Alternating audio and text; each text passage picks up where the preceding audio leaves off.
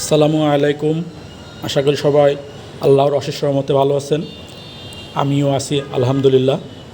আজকে আমরা একটি ডায়োড অথবা রেকটিফায়ার ভালো অথবা নষ্ট আছে কিনা একটি অ্যানালগ মিটারের মাধ্যমে পরিমাপ করা শিখব বা শনাক্তকরণ শিখব। ডায়োড হলো একটি দুই প্রান্ত বিশিষ্ট ইলেকট্রনিক উপাদান যা বিদ্যুৎ প্রবাহকে শুধুমাত্র একটি নির্দিষ্ট দিকে প্রবাহিত হতে সাহায্য করে। একেই একমুখী সুইচ বা ভালভ হিসাবে ভাবা যেতে পারে, যা একদিকে বিদ্যুৎ প্রবাহকে অনুমতি দেয় এবং বিপরীত দিকে বাধা দেয়। এটি মূলত অর্ধপরিবাহী অথবা সেমিকন্ডাক্টর উপাদান দিয়ে তৈরি এবং দুটি টার্মিনাল থাকে, অ্যানোড, ক্যাথোড। অ্যানোড হচ্ছে পজিটিভ প্রান্ত, ক্যাথোড হচ্ছে নেগেটিভ প্রান্ত।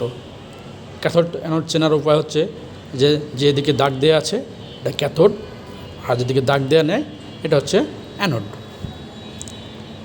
সিলিকন বা জার্মেনিয়ামের মতো উপাদান দিয়ে তৈরি। ডায়োড বিশেষত একটি পি টাইপ এবং এন টাইপ অর্ধপ্রবাহী সংযোগের মাধ্যমে তৈরি হয়, যা পিএন জাংশন তৈরি করে। ডায়োড রেকটিফায়ার হিসেবে কাজ করে, অর্থাৎ এসি বিদ্যুৎকে ডিসি বিদ্যুতে রূপান্তরিত করে। এখন আমরা একটি ডায়োড নিলাম। ডায়োডের পরিমাপের মাধ্যমে শনাক্তকরণ করব। এই যে মিটারটা প্রথমে আমরা ওহমে সিলেক্ট করে নিব। সিলেক্ট করে নিয়ে মিটারের নেগেটিভ প্রান্ত অ্যানোডে ধরব, পজিটিভ প্রান্ত ক্যাথোডে ধরব। এখন দেখা যাচ্ছে কোনো রিডিং দিচ্ছে না। আমি আগে বলেছি এটি একমুখী পরিবাহী। এবার উল্টা করে ধরি। উল্টা করে ধরার পরে দেখা যাক কী আসে। উল্টা করে ধরার পরও দেখা যাচ্ছে কোনো রিডিং আসতেছে না। তাহলে এটা বুঝবো এটা নষ্ট। এটা রেখে দিলাম, পরবর্তীটা নিলাম। নেওয়ার পরে এবার এটা ধরলাম, অ্যানোড প্রান্তে নেগেটিভ, ক্যাথোড প্রান্তে পজিটিভ। এটা রিডিং দিচ্ছে। তাহলে আমরা বুঝতে পারি এটা ভালো আছে অথবা খারাপ আছে। আবার একটু উল্টা করে ধরে দেখি কী অবস্থা। উল্টা করে ধরলাম, এটা উভয় দিয়ে রিডিং দিচ্ছে। তাহলে বুঝবো এটিও নষ্ট, কারণ এটি একমুখী ডিভাইস।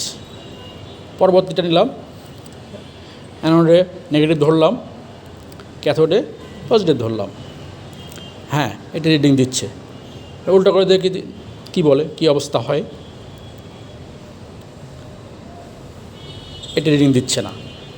উল্টা করে ধরে রিডিং দিচ্ছে না, শুধুমাত্র এক দিয়ে রিডিং দিচ্ছে। তাহলে বুঝবো এটা অবশ্যই ভালো আছে। এভাবে আমরা বুঝতে পারবো যে একটি ডায়োড ভালো আছে অথবা নষ্ট আছে। সবাইকে আজকের মতো শুভকামনা জানিয়ে শেষ করছি। সবাইকে আবারও মোবারকবাদ। আসসালামু আলাইকুম।